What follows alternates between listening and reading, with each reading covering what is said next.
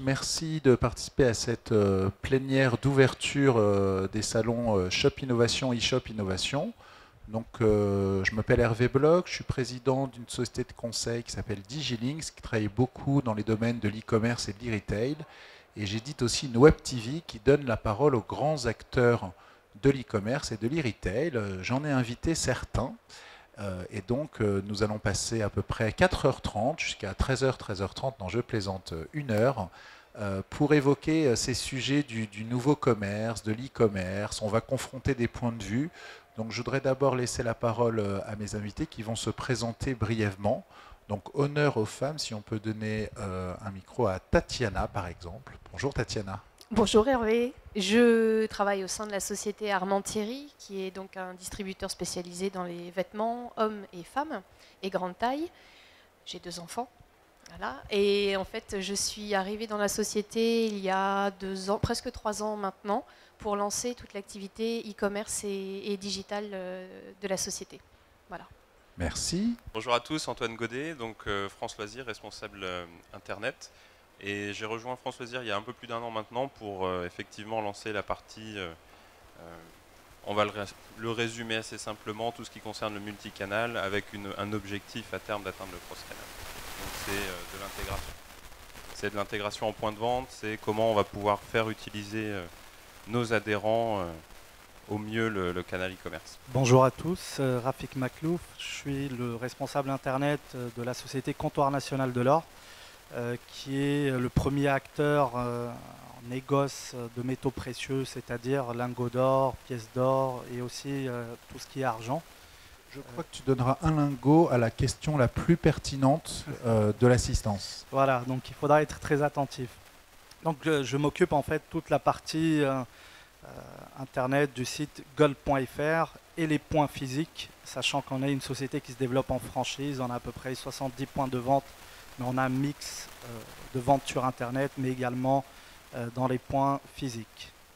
Voilà. Merci. Nicolas. Bonjour, Nicolas Le Héritier, je suis directeur marketing et communication de Oura.fr.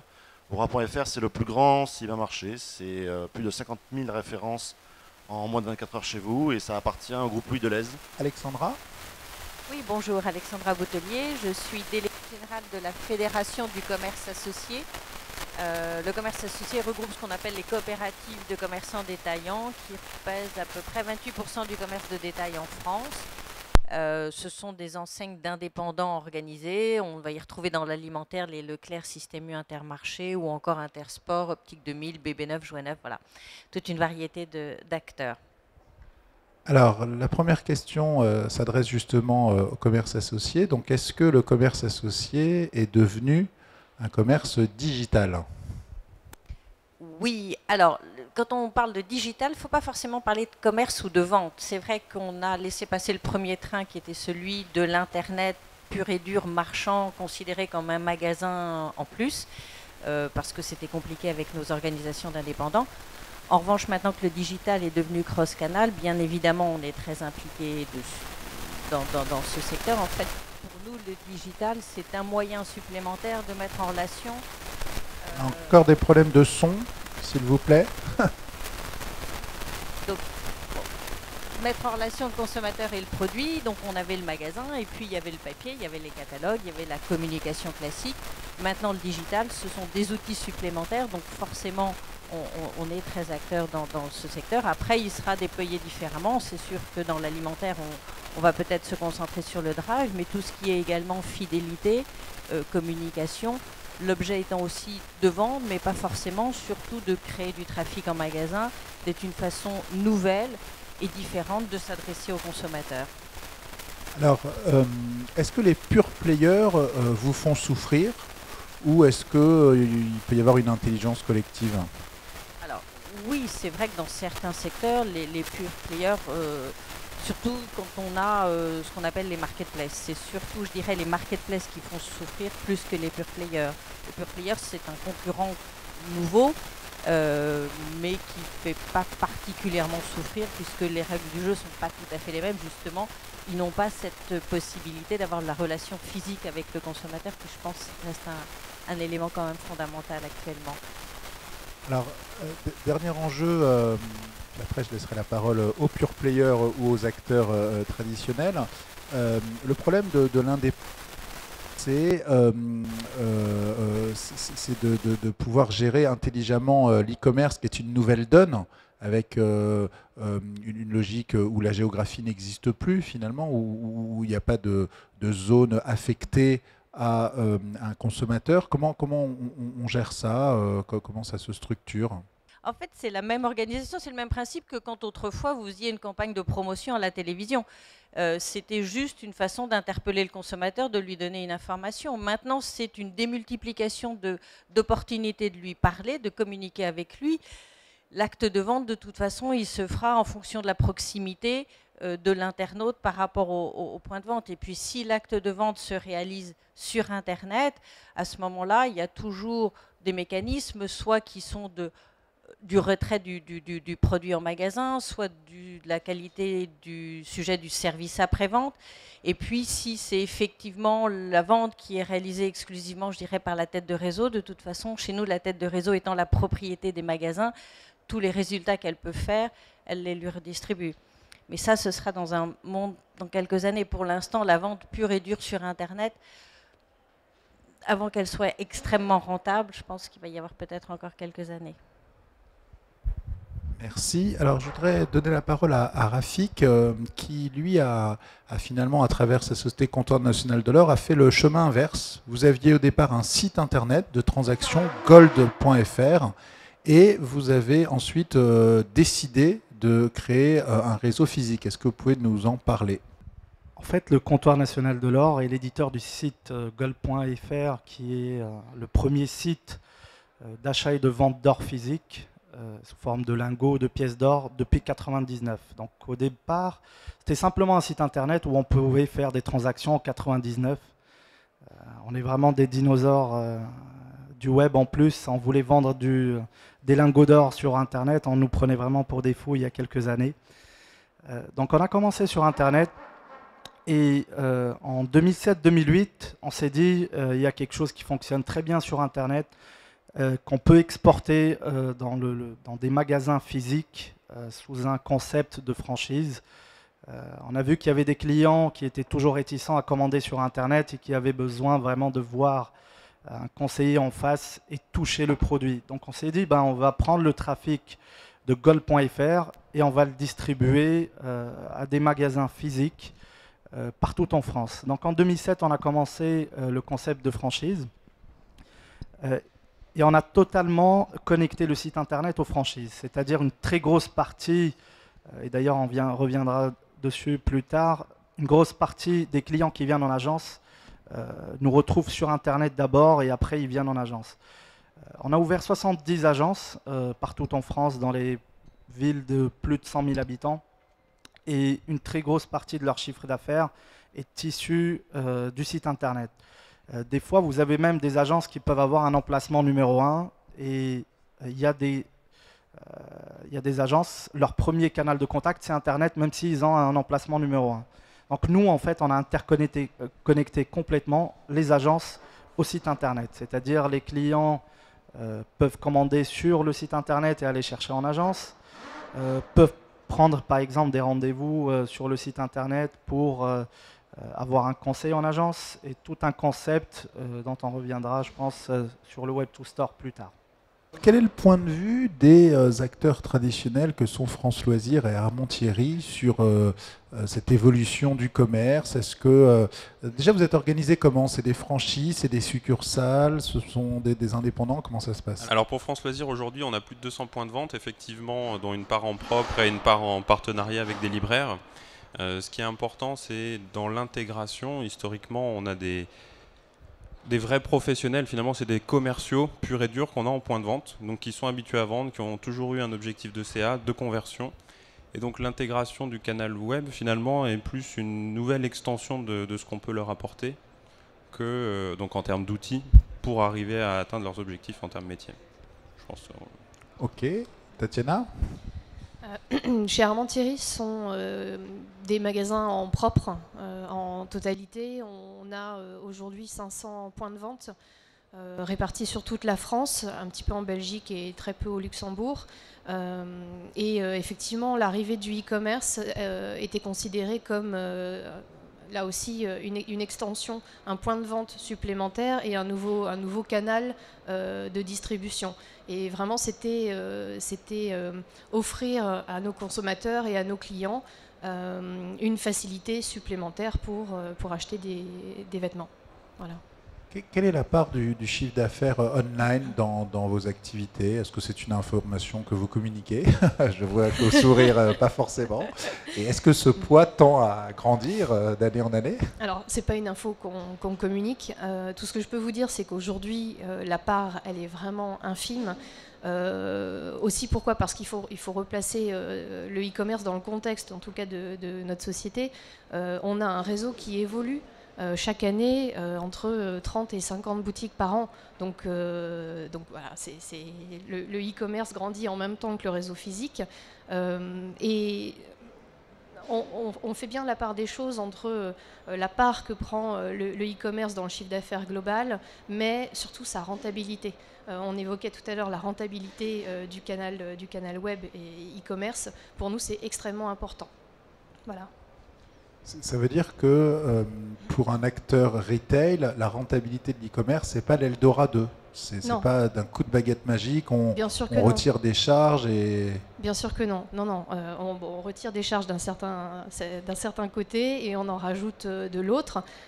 C'est pas évident du tout. Aujourd'hui, il y a très très peu de retailers en France et même hors de France qui peuvent se vanter d'avoir une bonne rentabilité. Donc c'est un travail d'optimisation, c'est un travail de tous les jours. Il faut changer l'organisation et c'est pas évident. C'est pas évident. Merci. Antoine, donc la part du chiffre d'affaires, est-ce qu'elle est confidentielle et quelle est sa croissance? Non, effectivement, ce n'est pas un chiffre que l'on communique habituellement. Pour vous donner un ordre d'idée, aujourd'hui, on a une croissance sur cette part. Et donc, c'est le point le plus positif. En termes de rentabilité, je suis entièrement d'accord avec ce qui vient d'être dit. Aujourd'hui, on est un canal rentable et c'est vraiment un point important. Quand on parlait d'Eldorado, c'est pas effectivement on ouvre la porte d'Internet et on arrive dans le merveilleux monde de la vente. Non, c'est plus, on va apporter des outils pour multiplier les points de contact. Et bon, on va revenir dessus tout à l'heure, je pense, mais comment on travaille ces points de contact et finalement comment on intègre Internet dans l'entreprise. C'est ça le vrai sujet. Merci. Alors Nicolas, donc toi tu es le seul pure player de la bande. Tu appartiens à un groupe qui a donc bien sûr des points de vente physiques. Je crois que tu es le seul acteur rentable parmi les cybermarchés de l'alimentaire. Alors comment on évolue au sein d'un groupe physique et comment on est rentable alors que tous ces petits copains n'y arrivent pas? Alors d'abord, effectivement, je confirme sur le marché des cybermarchés qui pour faire simple, parce que le terme cybermarché ne parle pas à tout le monde. Le cybermarché, c'est vos courses à domicile, c'est suivant le format, un super ou un hypermarché qui vous amène vos courses chez vous en moins de 24 heures et qui vous évite de perdre du temps, du stress et d'émettre du CO2. Et c'est vrai qu'effectivement, aujourd'hui, tous les cybermarchés appartiennent à des groupes de distribution. On est 4 grands cybermarchés en France. Et il y en a un qui est resté indépendant pendant très longtemps, mais il a eu besoin de s'appuyer à un groupe de distribution important, Système U pour ne pas le citer, pour tout simplement exister. Aujourd'hui, comment est-ce qu'on fait pour être rentable? Déjà, il ne faut pas se tromper sur notre positionnement. C'est-à-dire que le e-commerce alimentaire, parce que c'est quand même plus de 90% de notre métier, c'est un service de plus qu'on rend aux internautes. C'est très différent du e-commerce non alimentaire. Le e-commerce non alimentaire, vous allez aller sur un site par exemple de chaussures, vous allez chercher des escarpins, vous savez que vous aurez moins de services. Enfin, moi, je porte assez rarement des escarpins, je confirme. Oui, c'est ça. C'est un tu exemple, portes des escarpins, d'accord. C'est un cas d'école. Mais vous savez que vous aurez moins de services. Vous n'allez pas toucher le produit, vous n'allez pas beaucoup moins de conseils, vous n'allez a priori pas les essayer. Par contre, vous allez chercher du prix. Moins de services, plus de prix. Le cybermarché, c'est exactement le contraire. Le cybermarché, vous allez économiser beaucoup de temps, beaucoup de stress, peut-être de carrosserie sur votre voiture sur le parking, d'enfants qui crient à la caisse. Donc normalement, on vous apporte beaucoup de services. On vous prépare et on vous livre vos courses. Or, beaucoup d'acteurs on fait l'erreur de départ de croire qu'on allait faire comme tout le monde.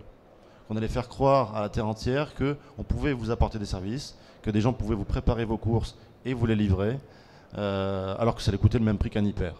Et ça, c'est très difficile ensuite c'est très difficile de revenir là-dessus. Deuxième chose, il faut maîtriser ses flux logistiques et ses métiers. Chez Oura, on a fait le choix d'internaliser la quasi-totalité des fonctions, ce qui nous permet de maîtriser la qualité. Et pour une clientèle exigeante, c'est très important. Et ensuite, ta question aussi, c'était comment est-ce qu'on fait pour vivre dans un groupe de distri qui n'est pas, à proprement dit au départ, un acteur de e-commerce. Effectivement, les groupes de distri, quelle que soit leur culture, ce n'est pas des gens du tout qui viennent du e-commerce. C'est des gens qui savent acheter, qui savent faire de la logistique, de la mise en rayon. Et le e-commerce, c'est très différent. Donc, quand on est quelqu'un qui vient du e-commerce, quand on est un marketeur, un communicant, il faut leur montrer que nous ne sommes pas que des gens bizarres. Il faut leur montrer qu'effectivement, il y a un facteur qui est clé, c'est la rentabilité. Ce sont des gens qui sont extrêmement concrets, pragmatiques. Et donc, il faut leur prouver que tout ce qu'on fait, derrière, c'est pour faire la rentabilité. Ce n'est pas que pour faire du buzz, ce n'est pas que pour construire des marques et les revendre le lendemain, parce que généralement, ce n'est pas ce que font les groupes de distri. Donc, voilà, il faut allier, je dirais, le pragmatisme de la grande distribution et son côté parfois très terrien. Et puis effectivement, l'efficacité, le côté extrêmement dynamique, très mouvant du web. Merci.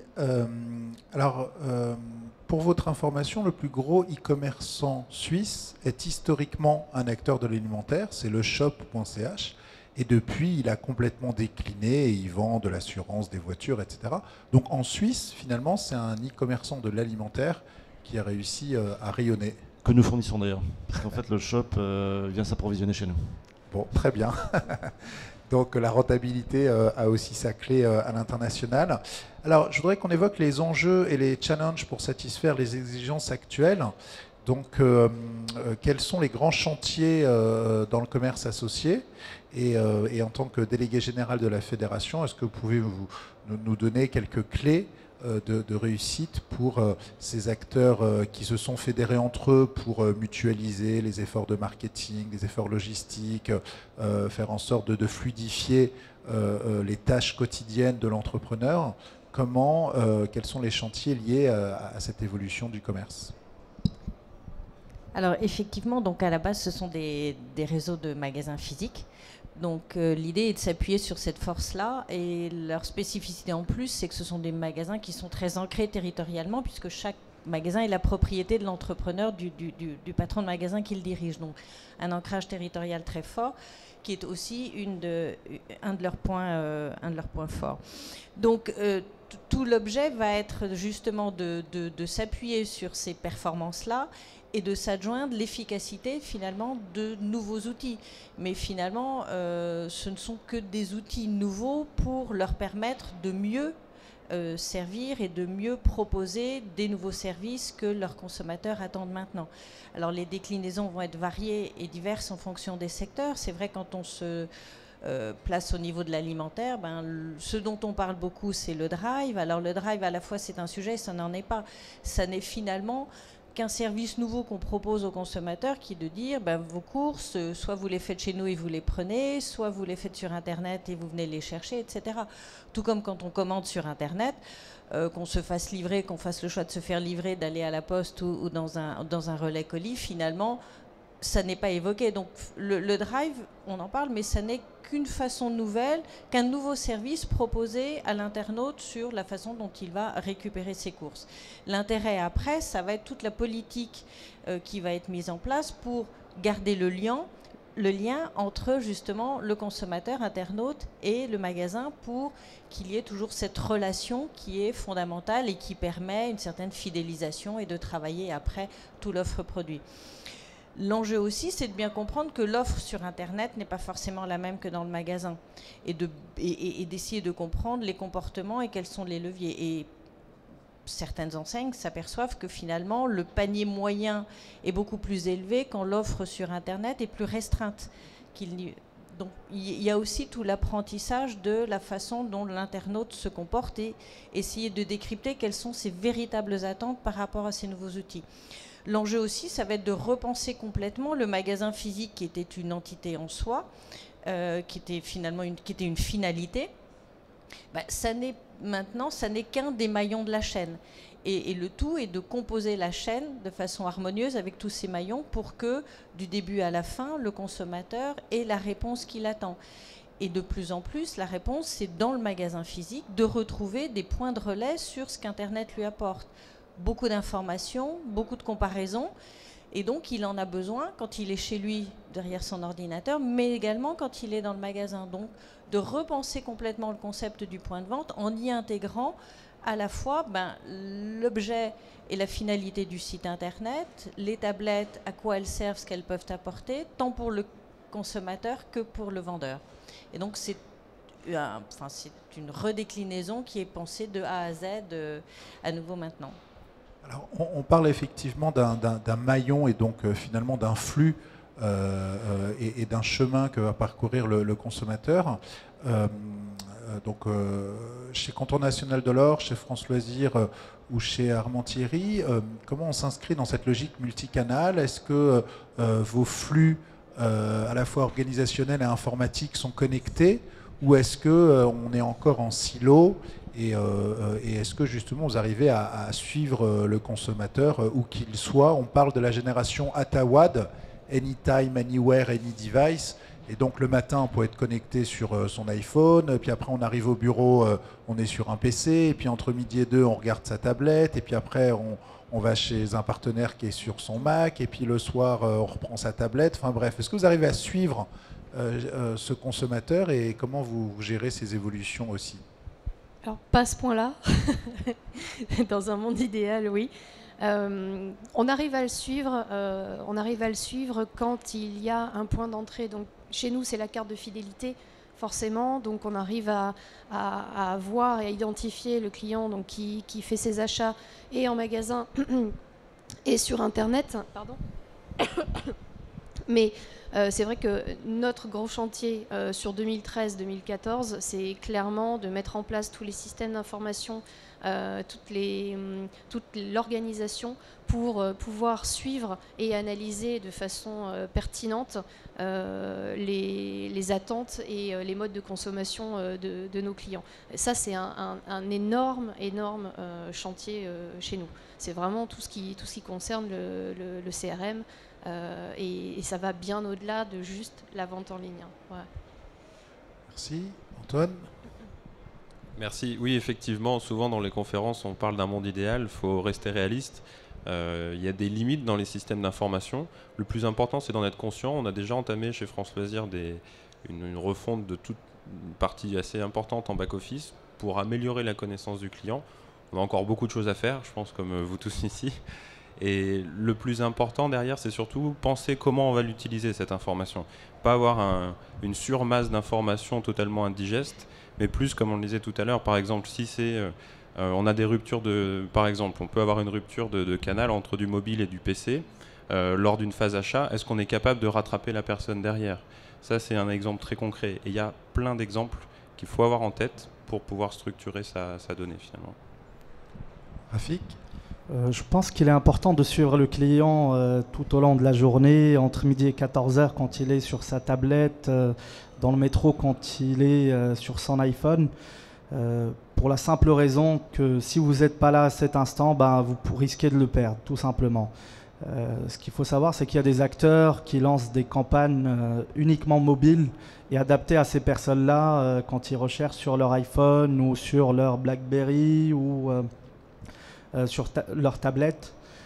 Généralement, je prends le cas du Comptoir National de l'Or. Si vous n'êtes pas présent sur mobile, eh bien déjà, quand on regarde les statistiques, quand votre site n'est pas adapté au mobile, eh bien cette personne passe très peu de temps sur votre site. Ce qu'on appelle en jargon marketing, les taux de rebond sont assez élevés, et ce qui explique que ces personnes-là ne lisent vraiment pas votre contenu et donc ils vont aller voir ailleurs.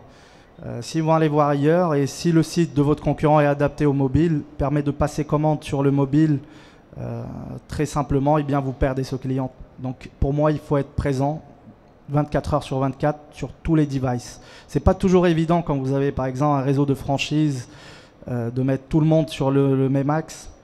Nous, on y arrive parce qu'on est vraiment, on a commencé sur Internet. Quand on a vendu le concept, on l'a vendu. L'un des premiers avantages, c'est qu'on était très présent sur Internet.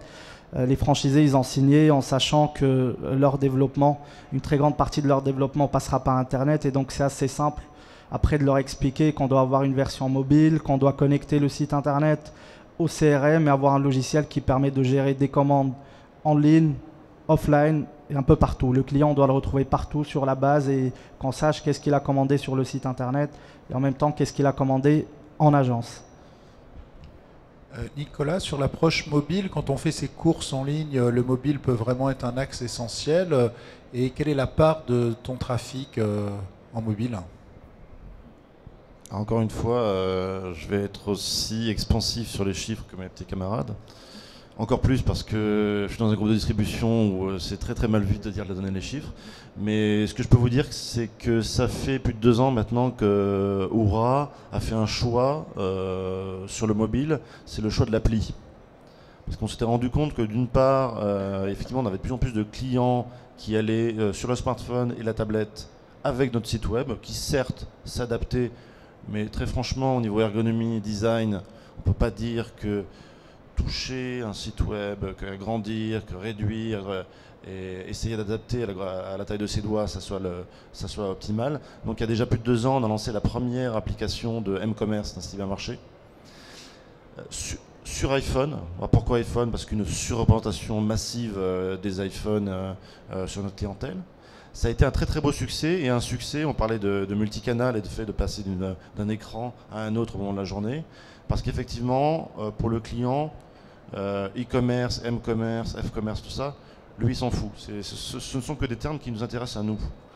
Ce sont des termes qu'il n'utilise pas, lui non plus d'ailleurs, qui ne s'accapare pas. Lui, ce qui l'importe, c'est qu'il passe d'une interface à une autre, il ait une expérience d'achat qui soit agréable, simple, intuitive, et que surtout adaptée à l'écran. Donc c'est ce qu'on a fait il y a déjà plus de 2 ans, mais c'était sur iPhone principalement, même si ça pouvait s'adapter à un iPad, c'était principalement un outil complémentaire. Je passe d'un écran à un autre. Ce qui est tout nouveau depuis cette année, c'est qu'on a lancé en février la première application full iPad d'un cybermarché. Alors, quand je dis on était les premiers, on a été suivis de pas très loin par un de nos petits concurrents, mais le but c'était pas tellement d'être le premier, c'est encore une fois, c'est de donner satisfaction à nos clients. Et là, on est sur un phénomène qui est différent. Différent d'abord parce que c'est pas le même support. Moi, je prends le pari que la tablette, ce n'est pas du m-commerce. Dans l'immense majorité des cas, vous n'utilisez pas votre tablette comme un smartphone. Ou alors c'est que, comme certains rares touristes, vous vous promenez avec votre iPad pour prendre en photo la tour Eiffel, mais là il faut être d'un optimisme assez incroyable. Ou alors dans le métro, vous sortez votre iPad pour changer votre commande, mais j'y crois pas beaucoup. Dans l'immense majorité des cas, et on est capable de le suivre, l'iPad est utilisé comme un PC de canapé. Il est utilisé sur vos genoux, à la place du PC ou du Mac portable, qui a tendance à furieusement vous rappeler le bureau, ce qui est pas bien, et qui en plus objectivement c'est pas ce qu'il y a de plus intuitif et agréable. Donc aujourd'hui on a un nouveau phénomène. C'est très récent, puisqu'on avait déjà des clients qui utilisaient l'iPad, l'appli iPad ou notre site, mais c'était un épiphénomène. Là on est à un transfert extrêmement rapide et massif de nos clients vers l'appli iPad. Alors je vous donnerai pas le chiffre, parce que de toute façon le chiffre en plus évolue chaque jour. Comme je vous l'ai dit, c'est très récent, ça date de février, et on est déjà sur un taux de pénétration à 2 chiffres sur les commandes, et ça augmente toutes les semaines. Donc c'est un phénomène massif, et c'est plus du tout la même méthode de consommation. D'ailleurs, ce qui est intéressant, c'est qu'on parle de design de site. Le site d'Oura, que j'assume totalement, parce que je suis directeur marketing et communication depuis 3 ans, mais le site a 13 ans. C'est pas forcément le plus beau site du monde, mais nos clients le trouvent efficace. Par contre, depuis l'appli iPad, nos clients ont fait leur choix. Quand plus de 30% de nos clients ont un iPad et qu'ils ont essayé l'appli iPad, ils font leurs courses avec l'iPad et exitent le site. Et est-ce que les paniers moyens évoluent sur mobile? Est-ce qu'ils sont plus hauts? C'est une question collective. Alors je vais répondre avant de passer le micro à mes petits camarades. Sur l'iPhone, oui, ils sont plus importants. et notamment au niveau de recrutement, c'est-à-dire que les nouveaux clients que nous allons chercher avec l'appli iPhone sont des clients qui font des plus beaux paniers, qui sont déjà les plus gros paniers de la profession. Alors sur l'appli iPad, c'est encore plus important. Ce qui est intéressant, c'est qu'a priori, l'ergonomie et la facilité de navigation est plus importante. Et donc du coup, nos clients remplissent plus facilement leur panier, ce qui nous arrange bien, puisque le fait d'avoir un gros panier, c'est quand même la clé de la rentabilité. Donc on est passé en 2011 à 215 € de panier moyen, à 220 € en 2012. Que ça continue comme ça. En tout cas, l'appli iPad nous aide bien à le faire. Tatiana ?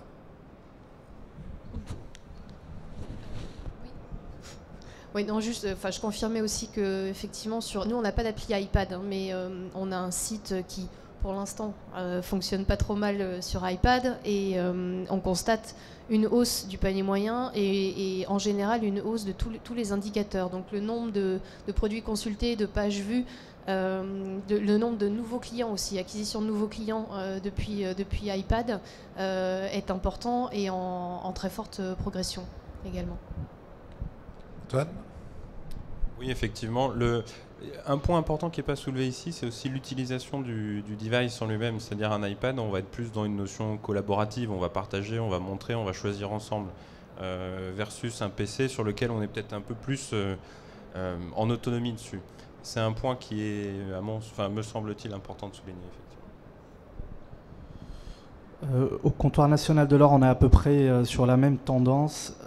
Ce qu'il faut savoir, quand vous avez un site mobile, aujourd'hui il y a très peu de sites mobiles en France, et généralement quand vous lancez des campagnes pub sur mobile, eh bien, le coût d'acquisition client il est beaucoup moins que sur PC ou sur des devices qui sont classiques. Donc le coût d'acquisition il est beaucoup plus bas, et vraiment ça va de 1 à 10. Merci. Alors, je vais vous donner quelques chiffres parce qu'ils n'étaient pas dans l'obligation quand même, enfin, ils étaient dans l'obligation de ne pas trop en donner. Moi, j'interviewe chaque semaine des grands patrons de l'e-commerce et ils me disent en moyenne que le trafic online peut peser jusqu'à 30%, notamment des sites de vente privée, showroom privé. Ils me confirment que c'est aujourd'hui 25% de leur trafic, 20% de leur chiffre d'affaires. Donc, pour eux, c'est aussi une réponse à l'hégémonie de Google, même si Google se cache aussi dans Android, mais en tout cas, une part du trafic qui évite les achats de mots-clés sur Google qui sont ensuite dirigés vers des devices PC ou Mac. Donc, point important, juste pour resituer, il y a 125 000 sites e-commerce en France, c'est une source FEVAD. Mais il y en a peu qui sont rentables, on l'a vu, y compris dans les plus grands. Et e-commerce Magazine avait fait un classement des 100 premiers sites e-commerce français. Et en fait, ça descend très très vite. Vous avez les 5 premiers sites qui pèsent 1 milliard d'euros ou plus, les 5 suivants qui descendent à 500 millions. Et quand on arrive au 40e site, on est déjà à 10 millions d'euros. Donc c'est un marché qui est encore très concentré. Et puis, tu me disais, Alexandra, finalement, les enseignes que tu représentes pèsent un peu plus de 100 milliards d'euros, 118 milliards d'euros. L'e-commerce global en France, c'est 38 milliards. Et l'industrie qui est la plus développée dans l'e-commerce, c'est-à-dire, vous connaissez l'industrie la plus développée, quelle est l'industrie qui a franchi le cap des 50% de ses consommateurs qui achètent en ligne plutôt que de se rendre en boutique? Tourisme, effectivement, 58%. Donc on est plus d'1 sur 2 ici à acheter ses billets d'avion, ses réservations d'hôtel, ses séjours en ligne. C'est pour ça que l'e-tourisme pèse une part significative de l'e-commerce, même s'ils ont moins de problèmes de logistique, de stock. Mais quand même, il faut quand même envoyer des clients dans des pays qui peuvent être difficiles, avec des problématiques de transport qui ne sont pas évidentes non plus. Alors, on va passer à une phase des mots qui font peur. Alors, il paraît qu'il y a des mots qui font peur, peut-être pas à tous. Alors, je vais vous citer ces mots, puis on va peut-être déjà les définir. Il paraît qu'il y a un mot qui vous ferait peur, acteur, en tout cas du multicanal, c'est le showrooming. Alors, qu'est-ce que c'est le showrooming ? Et pourquoi ça pourrait vous faire peur? Ok, je m'y colle. Le showrooming, brièvement, c'est vous êtes en point de vente, vous allez consulter un produit physique tout simplement devant vous, et vous allez ensuite consulter via un device mobile, le vôtre la plupart du temps, un site, celui de la marque, celui d'un concurrent, et finalement aller jusqu'à réaliser l'achat sur le site mobile, et malheureusement la plupart du temps du concurrent.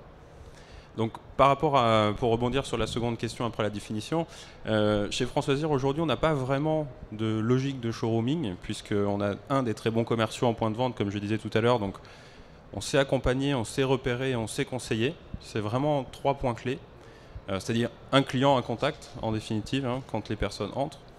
Mais après, il y a aussi la logique, je pense, ce qui va être peut-être à détailler ici, c'est si le client, ou en tout cas le prospect, attend un showroom, comment nous, on trouve les réponses pour que ça fonctionne. Tiana ?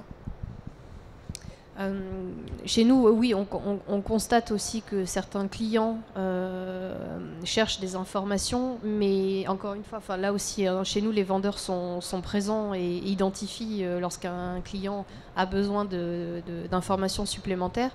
Ce qui fait peur, je pense, dans le showrooming, c'est le fait que le client aille chercher des produits moins chers ailleurs, sur d'autres sites, avec des réductions, etc. C'est pas le cas chez nous, parce que d'abord, on pratique la même politique de prix et la même politique commerciale, que ce soit en on ou en offline, et on maîtrise aussi notre réseau de distribution, c'est-à-dire que nos produits ne sont vendus que dans nos magasins ou sur notre site internet. Donc finalement, même pas peur pour l'instant, voilà. Voilà. Oui, Alexandra ? Je pense qu'après, effectivement, c'est quand même pour certains secteurs un risque, mais j'ai l'exemple d'un de nos adhérents qui travaille dans la photo, et donc c'est vrai qu'Internet est particulièrement compétitif et concurrencé sur le... Internet concurrence beaucoup ce secteur. Après, eux, ils ont travaillé différemment en se disant on va créer une communauté. C'est quand même c'est dans la tendance de ce que le consommateur s'identifier à un univers. Et donc, ils ont créé une communauté, alors sur différents réseaux sociaux, en créant une académie de la photo, en créant des concours photos, en élisant cette communauté qui, chacun met le reportage et élise entre eux. Et donc, vous créez du lien. Tout le problème, c'est toujours de garder le lien avec le consommateur. Et outre la technicité, alors après, il y a, on va soit choisir le prix, soit choisir toujours finalement la fidélité à sa communauté. Et souvent, on s'aperçoit que c'est aussi ça qui l'emporte. Après, il y aura en magasin, malgré tout, le conseil du vendeur. Il y aura aussi le plaisir de prendre le produit en main. Et puis, toute la problématique du service après-vente. Et le produit me plaît pas, il a un défaut, je le rapporte. Non pas la défiance qu'on peut avoir quand on achète sur Internet, mais au moins la réassurance qu'on obtient quand on est dans un magasin. Donc effectivement, sur des secteurs comme ça assez spécialisés, Internet est un vrai concurrent, et les marketplaces sont vraiment un peu destructrices de valeur, mais bon, elles existent et elles ont leur rôle aussi. Et donc, il y a quelques réponses, elles ne sont pas universelles, elles ne compensent pas tout, mais il faut aussi arriver à, si ce n'est surfer, mais au moins s'adapter à ce qui peut émouvoir le consommateur. Et cette notion de communauté, surtout pour des passionnés, elle a du sens, elle fonctionne, et ne serait-ce que cette enseigne-là s'aperçoit que depuis qu'il y a cette communauté qui existe, outre les membres qui s'y ont inscrits grandissent de jour en jour, et on le retrouve dans le magasin. Après, la réponse est là. Donc, il y a aussi une efficacité. Alors, au-delà du showrooming, pour ceux qui ont des cartes de fidélité, est-ce que vous avez pu mesurer la cannibalisation des différents canaux? Est-ce qu'un client monocanal est plus rentable qu'un client multicanal? Est-ce que celui qui aujourd'hui achète en ligne n'achète plus en magasin? Ou est-ce que finalement tout ça est en synergie et on est quand même 1 + 1 = 3, ou est-ce que 1 + 1 = 1,4 quoi? Non, on est plutôt dans le 1 + 1 = 3. On en est au tout début, donc j'ai pas de chiffres et j'ai pas vraiment de stats à donner. Tu n'aurais pas pu les communiquer de toute façon? Non, si, j'aurais pu donner des tendances, mais on constate qu'un client qui achète en ligne, un client multicanal, achète plus donc plus souvent et pour un plus gros panier moyen, ça c'est avéré. Maintenant, on analyse vraiment la chose et ça fait partie du chantier de 2013 pour Armentières. Antoine ? Merci. Oui, effectivement, pour France Loisirs, la carte fidélité est quasiment dans notre ADN depuis 40 ans aujourd'hui. Ce qu'on note vraiment, s'il y a une tendance à retenir, c'est effectivement il y a de plus en plus de comportements mixtes, c'est-à-dire des personnes qui vont utiliser presque tous les points de contact que vous allez leur proposer. Et bon, je ne vais pas détailler ces points-là en chiffres, mais le point essentiel à retenir, c'est ça, c'est quelle expérience on va apporter, comment on va être capable de suivre une commande sur plusieurs canaux, qu'est-ce qui va finir par une transaction en magasin, sur mobile, sur PC, ou même via un bon papier suite à l'envoi d'un catalogue. C'est ça les points importants. Alors dans le domaine alimentaire, est-ce que le showrooming, ce ne serait pas le drive ? Bonne question. Je dirais que le showroom naturel d'un supermarché, c'est tous les hyper que vous pouvez trouver un peu partout. Si vous avez envie de voir les produits avant de commander chez nous, allez n'importe où et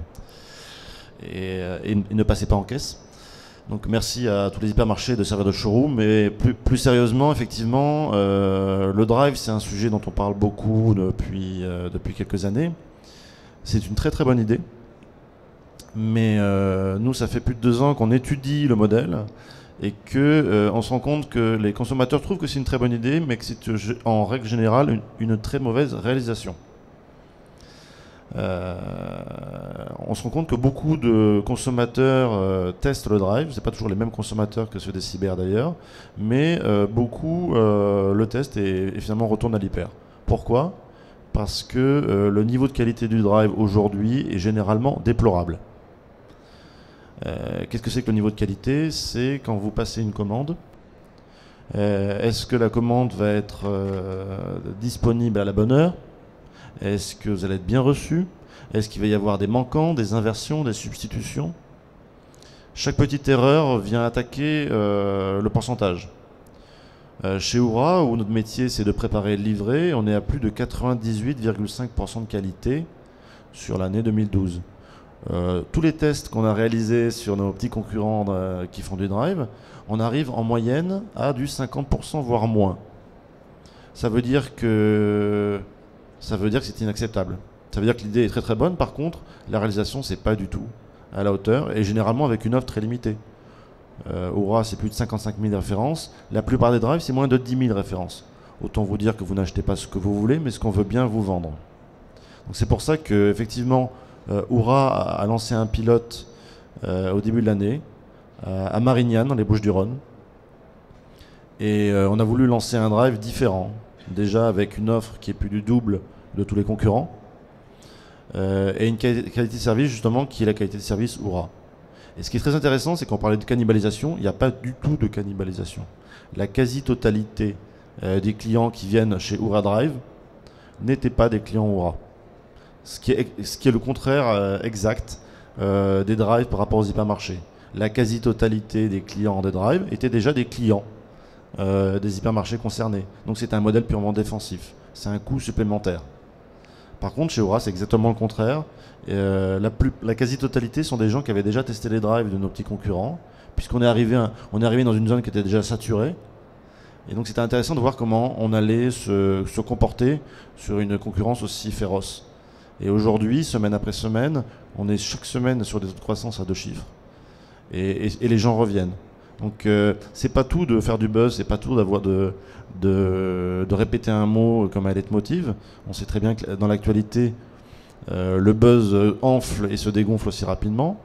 On est sur du commerce, et le commerce, c'est avant tout satisfaire les clients pour être rentable sur le long terme.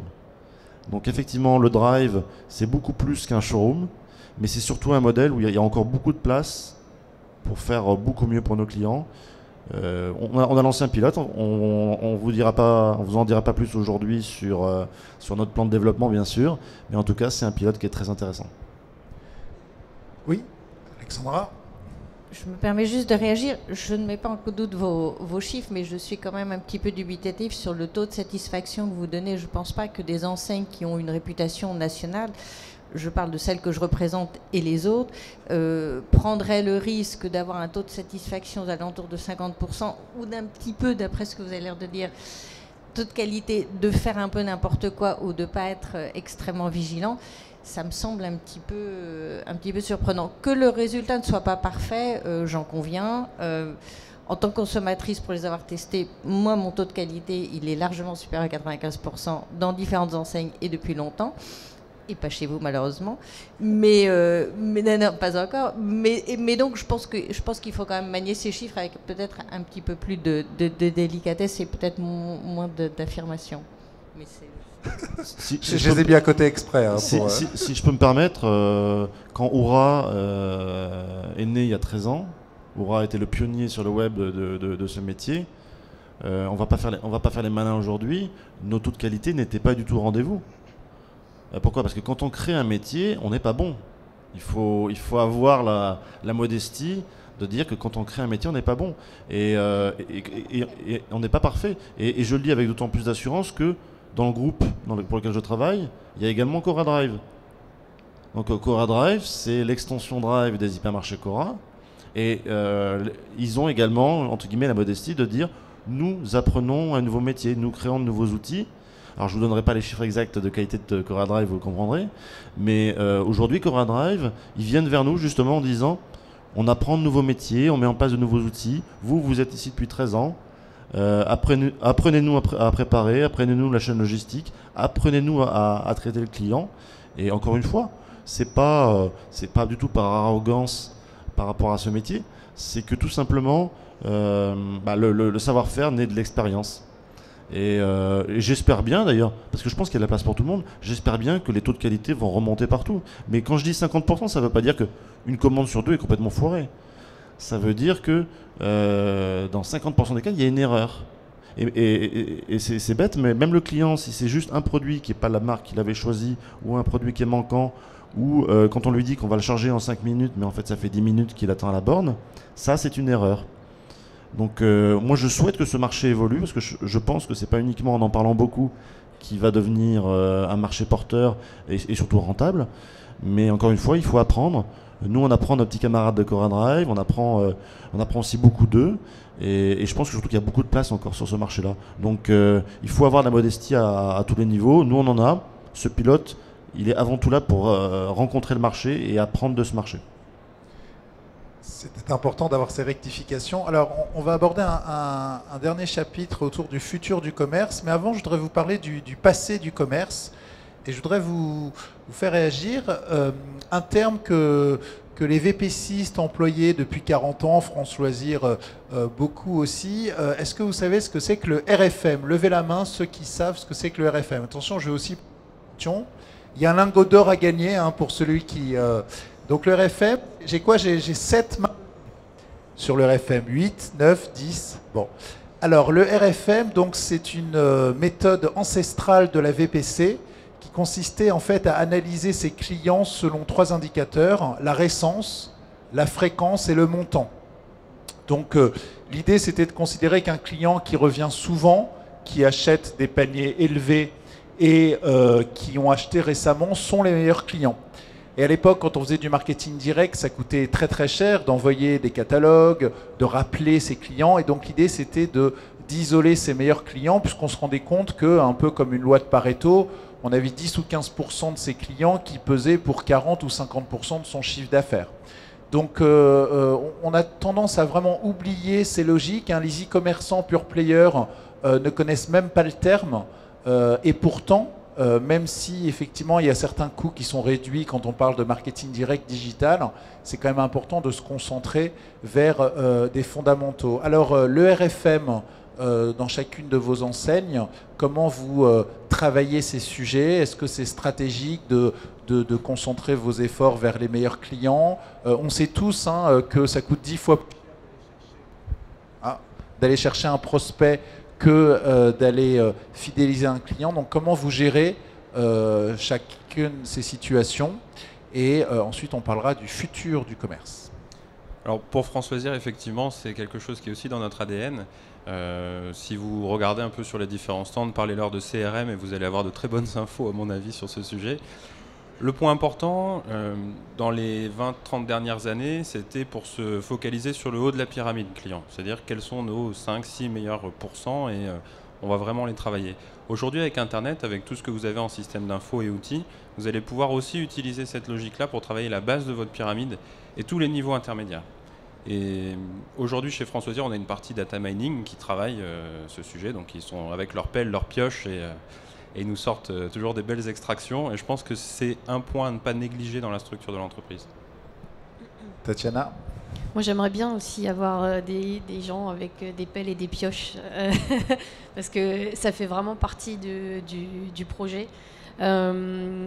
Aujourd'hui, on n'analyse pas, ça fait pas partie de notre ADN du tout. La carte de fidélité est plutôt récente chez nous, donc tout ce qui est analyse, data mining, etc., c'est venu avec le e-commerce finalement, et on se rend compte effectivement que d'aller chercher et acquérir de nouveaux clients coûte beaucoup plus cher que de fidéliser. Donc ayant un bon potentiel, on axe nos efforts sur ça. Rafik? Alors bon, fidéliser quelqu'un qui est venu avec son héritage de pièces d'or, il ne va pas comme revenir tout le temps, souvent. D'ailleurs, raconte-nous quelques anecdotes, des anecdotes folles, des gens qui peut-être trouvent de l'or chez eux. Alors, on a eu récemment en fait des maçons qui sont venus nous vendre à peu près 3000 pièces d'or, c'est à peu près 600 000 euros. Et donc, on leur a demandé, mais où est-ce que vous avez trouvé ça, 600 000 euros? On retrouve pas ça tous les jours. Et en fait, ils étaient tout simplement dans un chantier. Et c'était dans un plafond, tout simplement. Voilà. On a eu des clients aussi qui sont venus. J'ai un client, par exemple, l'année dernière, qui est venu avec 10 lingots d'or. 600 000 euros, ça me fait penser à un homme politique récent. Ouais. Il est maçon, alors il est chirurgien, maçon et ex-ministre du budget. D'accord, d'accord. On a eu aussi une anecdote d'un prof de physique qui est venu en agence vendre 10 lingots d'or, sachant qu'un lingot d'or, c'est 40 000 euros le kilo. Et il est venu avec un sac à dos, tout simplement, dans le métro, avec 10 lingots d'or. Personnellement, j'aurais pas fait la même chose. Voilà, globalement, les anecdotes qu'on peut avoir en agence, il y en a d'autres, mais je les garde en secret.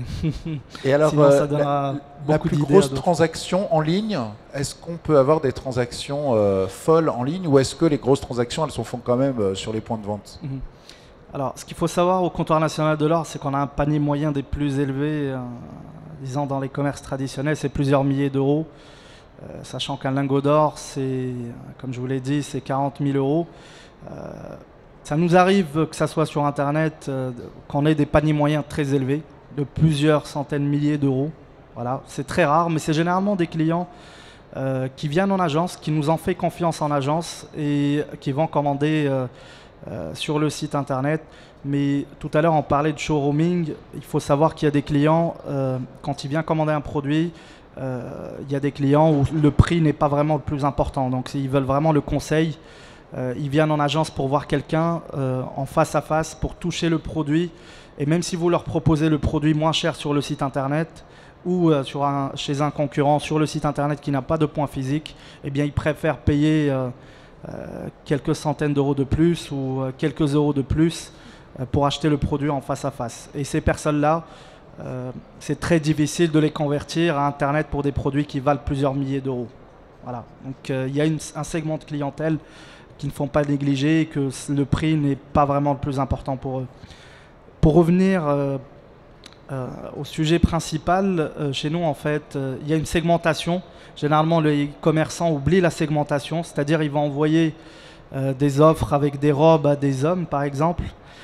Peut-être il y en a certains qui font des cadeaux, mais à mon avis... Des escarpins, Nicolas, toi tu commandes des escarpins, donc...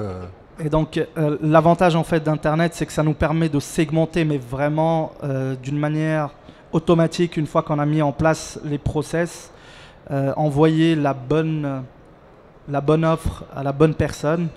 Et c'est vraiment un coût complètement dérisoire si on compare. Il y a 20 ans qu'il fallait envoyer le catalogue, analyser son fichier client. Aujourd'hui, la segmentation se fait automatiquement. Et quand on voit en fait les taux de conversion, quand on va segmenter les bases, eh bien, on va voir que les paniers moyens sont beaucoup plus élevés quand on segmente et le taux de conversion est beaucoup plus élevé que si on ne segmentait pas sa base. Voilà.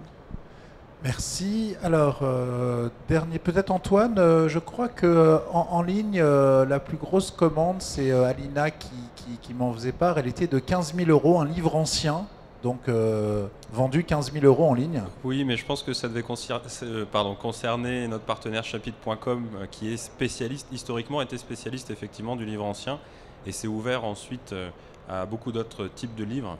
Chez France Loisirs, on est plus des sélectionneurs à la base. Et donc on va avoir une sélection trimestrielle, mais je ne vais pas vous expliquer le modèle, à mon avis tout le monde le connaît assez bien. Donc on a des produits qui sont, là vous allez me faire citer des prix, je ne le ferai pas, mais qui sont bien inférieurs en termes de montant. Ok, alors dernier chapitre, avant de passer aux questions-réponses, on m'a demandé de respecter le timing, il nous reste 20 minutes. Alors le futur du commerce. Bon, j'avais préparé plein de questions. Allez, je vais vous laisser quand même parler de ces sujets. Si vous deviez donner 2-3 tendances, le futur du commerce, ce serait quoi? Ce serait qui? Ce serait comment? Je vais m'aventurer sur le futur du commerce. Certains d'entre vous peut-être le savent, mais il y a Amazon qui vient d'ouvrir un magasin physique au Marais.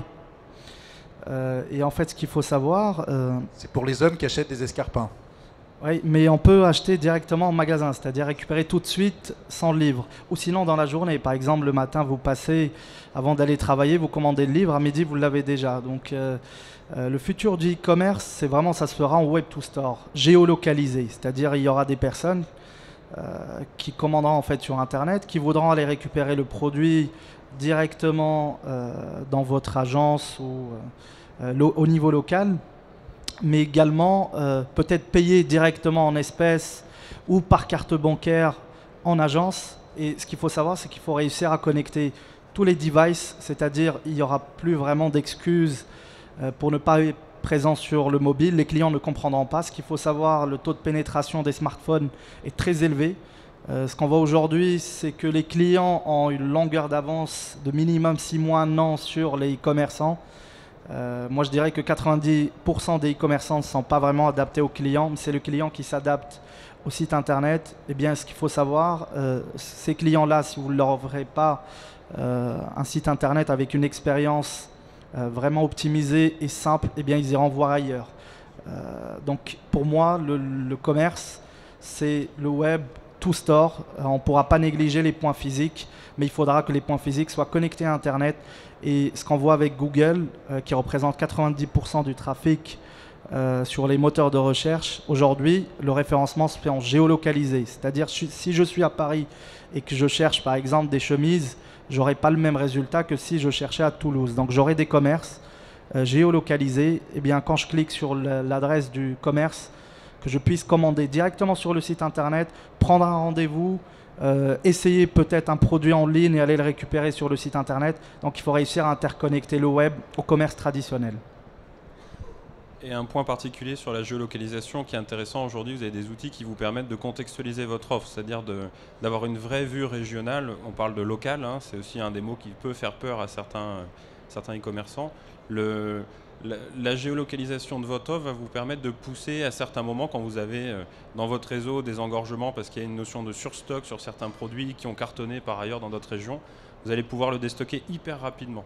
Beaucoup plus que si vous aviez attendu votre trafic récurrent, classique, qui aurait finalement fini dans un carton et retour à l'expéditeur. Alors le web to store pour Rafik, donc chacun, ça va être dur pour les derniers, chacun la thématique forte. Non, je vais te redonner Antoine, non Antoine, tu as le micro, je te laisse la parole. Donc la thématique forte du commerce du futur. Alors sur du court terme, je pense qu'on a déjà assez bien parlé des choses, c'est vraiment l'intégration d'Internet sur les boutiques. Sur du long terme, et là on est plus dans 15 ans, ou au moins 10 ans, c'est quelle utilisation va être faite, quelles sont les tendances comportementales. Aujourd'hui, j'avais des jeunes de 3e qui faisaient leur stage dernièrement dans mon bureau, et en discutant un peu avec eux, par exemple, ils n'utilisent plus Facebook que ce qui correspondait à nous, MSN, il y a quelques années. Donc, qu'est-ce que vont faire leurs enfants dans une dizaine d'années? Première question. Et un sujet qui remonte aussi, c'est aussi le fait de brouiller les pistes. On a des adhérents chez nous, on n'est pas concerné, mais on repère que sur d'autres marchés, il y a des clients qui connaissent très bien finalement les mécaniques du marketing. Ils sont devenus experts en marketing sans avoir jamais fait un seul cours de leur vie. Et ce qu'ils souhaitent, c'est ne pas être dérangés. Parfait. Et donc vont donner une fausse date de naissance, vont donner des choses dérivées dans leur profil. Et donc comment nous, le challenge, ça va être comment on va réussir à les recaler, à les réintégrer finalement pour avoir un message cohérent. Parce que si vous recevez un SMS pour aller chercher des escarpins à Perpignan alors que vous habitez à l'autre bout de la France et que vous êtes un homme... D'accord. Moi, je voudrais juste ajouter, en fait, ce qu'il faut savoir, généralement, les tendances, elles viennent des pays asiatiques et pays américains. Généralement, on a un retard de 5 ans. Si vous voyez, en fait, ce qui se passe en Chine ou au Japon, il y a des gens qui commandent en attendant leur métro, qui font leurs courses sur oura.fr directement dans le métro. Il y a des interfaces et ils peuvent commander déjà leurs courses en attendant leur métro. Il y a un produit, en fait, qui va révolutionner le monde. Et Google est en train de investir des milliards et des milliards, c'est le Google Glass. Il ne faudra pas le négliger. Pour ceux qui ne connaissent pas, c'est simplement des lunettes qui vous permettent d'effectuer des recherches. Ça fait aussi office de GPS. Aujourd'hui, par exemple, je suis devant un monument, et bien je dis de le prendre en photo, de me sortir un peu l'histoire. Et demain, ça sera du show roaming avec du Google Glass, c'est-à-dire je serai devant un produit, et bien je vais scanner l'étiquette et Google va me donner le meilleur prix, tout simplement, directement dans les lunettes. Et peut-être même plus loin, aller avec la pensée, faire des commandes directement sur Google Glass, beaucoup plus rapidement qu'avec une souris. Donc c'est pas quelque chose qu'il faudra négliger. Généralement, Google, quand il met les moyens, c'est que c'est un produit qui marchera. Et c'est très rare où il s'est trompé. Tatiana, ça va être dur pour les deux derniers. Compliqué. Évidemment, je rejoins ce qui a été dit. Maintenant, on parlait de digitalisation du point de vente. C'est extrêmement important, mais chez nous, on fait ça très prudemment. C'est-à-dire qu'on ne va pas faire ça tous azimuts. Se lancer dans de la digitalisation sans savoir ce que veut vraiment le consommateur, quel est son comportement, est-ce que vraiment c'est un service qu'on lui donne ou est-ce qu'on se fait plaisir pour dire qu'on a digitalisé un point de vente. Je pense que à l'avenir, le commerce, c'est ce que ça a toujours été, c'est-à-dire que c'est le client, le produit et le service. Et allier tout ça, avoir une bonne connaissance du consommateur, une reconnaissance du consommateur, en adoptant et en adaptant tous les outils, toutes les techniques, et surtout en mettant l'humain aussi au cœur de tout ça, parce que c'est bien joli, mais on aura toujours besoin d'avoir un contact, d'avoir des conseils. Et moi, en étant dans une société de distribution spécialisée avec beaucoup de points de vente physiques, c'est évident que je ne vais pas vous dire que l'avenir, c'est uniquement Internet. Voilà. Merci. Alexandra, les enjeux du commerce du futur. Ça va être du futur proche, en fait. Je vais peut-être être un peu terre à terre, mais je pense qu'il y a aussi un enjeu qui est dans un peu tout ce qui est le back-office, c'est-à-dire qu'on a des équipes qui travaillent ensemble, bien sûr, mais qui étaient assez segmentées dans leurs compétences. On avait les achats, le marketing, la communication, merchandiser, etc. Et tous ces nouveaux canaux, en fait, font un travail qui est beaucoup plus transversal.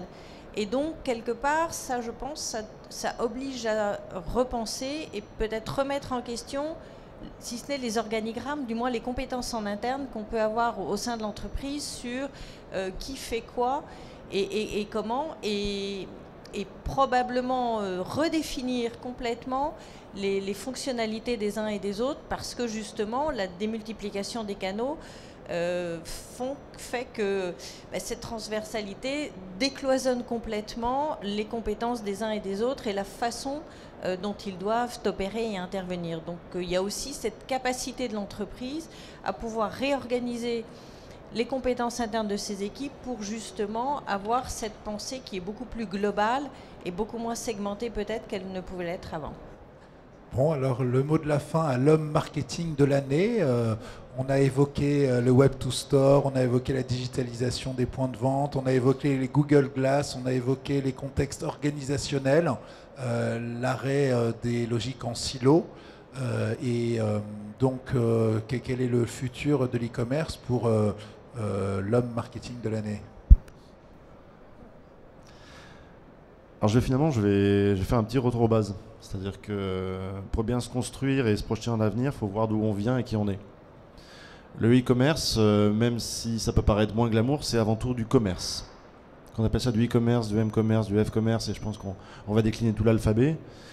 Ça reste du commerce. Et le commerce, ça réside dans la remise en question perpétuelle et surtout la satisfaction client.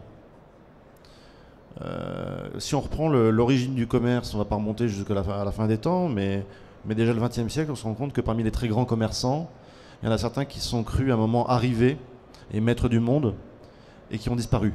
Dans le e-commerce, c'est encore plus vrai parce que le e-commerce va très très vite. Si on remonte 5 ans en avant, c'est quoi 5 ans, c'est rien, 10 ans, 15 ans en avant.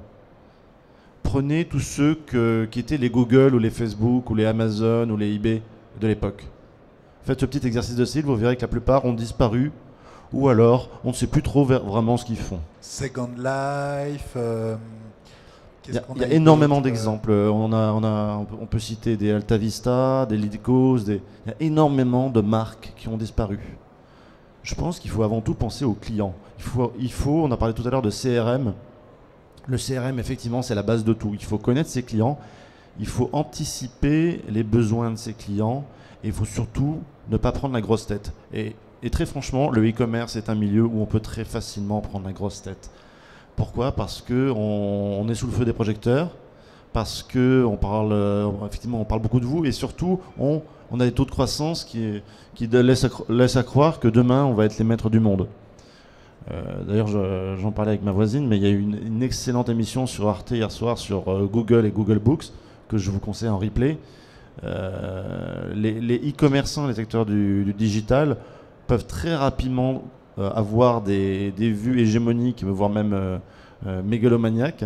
Et si on prend un tout petit peu de recul, on se rend compte que tous ceux qui ont oublié le client, tous ceux qui ont oublié que, avant tout, si le client n'est pas satisfait, si le client, vous ne lui répondez pas, il vous oublie très très vite. Et faites le petit exercice chez vous, revenez juste 5 ans en arrière, c'est rien du tout. Et dites-vous qui étaient les Google, les Facebook, les Amazon et autres de l'époque. La plupart, vous ne savez même plus qu'ils existaient. Alors c'est tout à fait vrai. Je vais apporter le témoignage d'un grand acteur de l'e-commerce français, Jacques-Antoine Granjon, qui est le fondateur de Vente Privée. Ce qu'il explique, lui, c'est que pourquoi lui a réussi, pourquoi lui a créé. Lui, il considère qu'il n'a pas créé Vente Privée. Il y a 28 ans, il a créé une société de déstockage et c'est la même société aujourd'hui. Alors qu'à une époque, il envoyait les lots déstockés à des solderies et aujourd'hui, il les expédie directement aux consommateurs. Mais pour lui, il n'a absolument pas changé son métier. C'est un métier d'offre, c'est un métier d'acheteur avant d'être un métier de marketeur. D'ailleurs, lui déteste le web marketing. Il n'a jamais acheté un mot-clé sur Google. Et pour autant, il a plusieurs dizaines de millions de membres et il fait 1,3 milliard d'euros de chiffre d'affaires. Donc bien sûr, il y a peut-être aussi de l'exagération à ne pas utiliser les leviers web marketing, mais il démontre que c'est avant tout un commerçant et qu'il a juste appliqué une mutation de son métier. Donc finalement, l'e-commerce est une mutation du commerce et l'e-commerce de demain est peut-être le commerce de la nuit des temps. Alors ça remonte à quand le commerce, Nicolas le premier acte de commerce, c'était quoi 10 000 ans, 20 000 ans? Je ne sais pas quel est le plus vieux métier du monde, mais non, je pense que c'est dans la nature de l'homme, de commercer. Tout simplement, c'est l'organisation de la vie. À la base, on ne peut pas tout faire, on ne peut pas s'occuper en même temps de son alimentation, de ses vêtements, de sa construction. Donc c'est l'homme qui s'organise par le commerce. H majuscule, hein. L'homme H majuscule. Oui, l'homme avec un H majuscule. Très bien. Bon, eh bien, il est 11h moins 5. S'il y a une question dans la salle, avant de conclure cette plénière, je vois que la salle est remplie. Une petite question vers nos invités, que je remercie beaucoup. Ils avaient des points de vue qui étaient radicalement différents, notamment dans les logiques du drive. Mais on a réussi à les remettre d'accord sur la logique finalement de l'expertise et de l'empirisme sur un nouveau métier.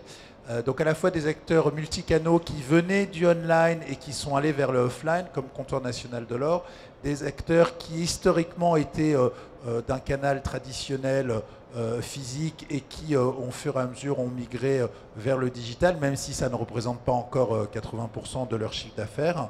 Et puis un pure player qui évolue donc au sein d'un grand groupe et qui a su se hisser en tant que leader et surtout dans une logique de rentabilité. Et puis bien sûr la fédération qui représente une part significative du commerce, près de 30% du commerce français et qui nous remet dans une réalité. 30% du commerce français, c'est 120 milliards d'euros, alors que l'e-commerce, 100% de l'e-commerce, c'est 40 milliards d'euros. Donc, juste pour finir, 30% des mots-clés tapés sur Google sont des mots-clés qui associent une logique de géolocalisation. Donc, on y ajoute une ville, une rue, un département, un pays. Donc, c'est bien pour peut-être ensuite se diriger vers un point de vente physique. Bon, et bien, puisqu'il n'y a pas de questions... Si, peut-être une. Allez, quand même. Non, ils ont été clairs, limpides, précis. Tout a été évoqué. Nelly, une petite question? Non, pas de question. Bon, eh bien, on va vous remercier. Merci. On peut les applaudir. Ils ont été très intéressants. Et donc, à bientôt pour une prochaine édition du Salon. Merci.